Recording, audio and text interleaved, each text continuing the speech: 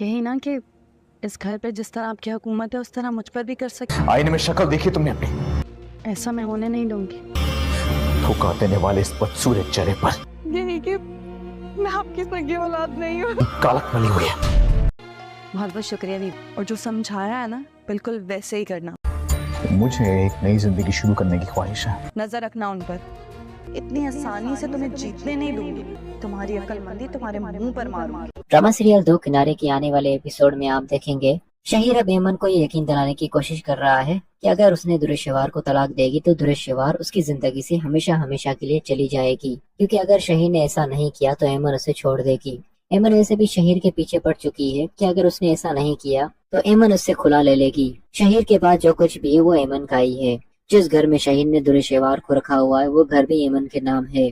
शहीर के पास तो ऐसी कोई भी प्रॉपर्टी मौजूद नहीं है जिसके बल पर शहीर अपने बीवी के मुकाबले में खड़ा हो। शहीर हर तरह से एमन के सामने मजबूर है। इस बार तो वो बहुत बुरा फंस चुका है, क्योंकि दुरेशवार भी आसानी से इसकी जान नहीं छोड़ेगी। दुरेशवार को सिर्फ शहीर की तरफ से पैसा चाहिए। अगर शहीर उसके नाम अपने सारे प्रॉपर्टी कर देगा, उसी सूरत में दुरेशवार शहीर से तलाक ले लेगी, वरना वो शहीर का पीछा कभी भी नहीं छोड़ेगी। शहीर ने दुरेशवार को बहुत ही हल्के में लिया हुआ था। उसने सोचा था मैं दुरेशवार को जैसे तलाऊंगा वो सारी जिंदगी मेरी मुट्ठी में कैद रहेगी। लेकिन जब दुरेशवार को शहीर की धोखेबाजियां पता चली तो उसने रोने धोने के बजाय शहीर को अपनी उंगली पर नचाने का प्लान बनाया। उसने सोचा अगर मैं शहीर के सामने इस तरह रोती रहूंगी तो शहीर मेरी और भी ज्यादा कमजोरी का फायदा उठाएगा। इसीलिए उसने सोचा जिस तरह शहीर मुझे ट्रीट करता है अब मैं उसी तरह उसे भी ट्रीट करूं। जब दुरेशवार ने अपना इस तरह का रूप दिखाया तो शहीर की सारी अकड़ी निकाल दी उसने। उसे 2 मिनट नहीं लगे शहीर को सीधा करने के लिए। वहीं दूसरी तरफ दोस्तों मावरा किसी भी सूरत वलीद को खोना नहीं चाहती, क्योंकि बड़ी मुश्किलों से उसने वलीद को पाया है। अब दोबारा से वो वलीद को खोना नहीं चाहती,